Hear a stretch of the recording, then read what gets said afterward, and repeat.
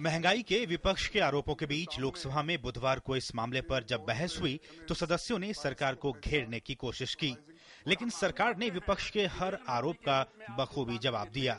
सरकार की ओर से विपक्ष के आरोपों का जवाब दिया खाद्य और उपभोक्ता मामलों के मंत्री रामविलास पासवान ने।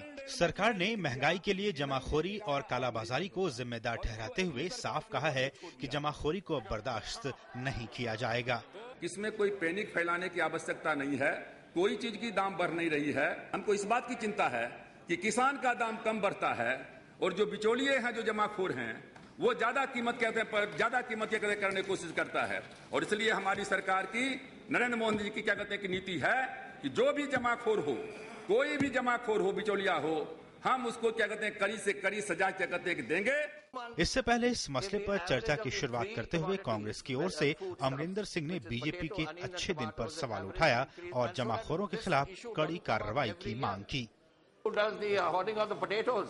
These are somebody there. They must tell us who. It's a middleman. And are you taking any steps? Any steps are being taken against those people who are hoarding these products so that the prices rise and it affects the average Indian consumer? CPM की ओर से party के सांसद P Karunakaran ने महंगाई के लिए BJP और कांग्रेस दोनों को जिम्मेदार ठहराया।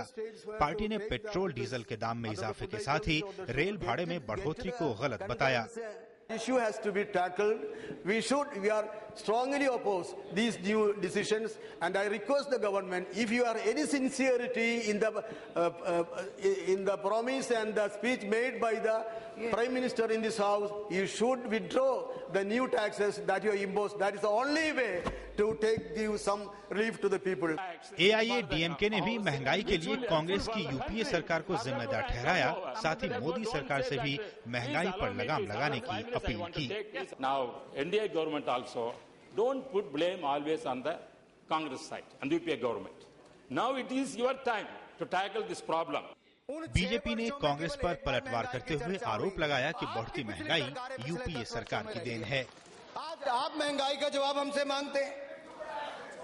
अरे मित्रों, आप लोग 120 महीने सरकार में रहे, हम लोग मात्र 72 महीने सरकार में रहे थे।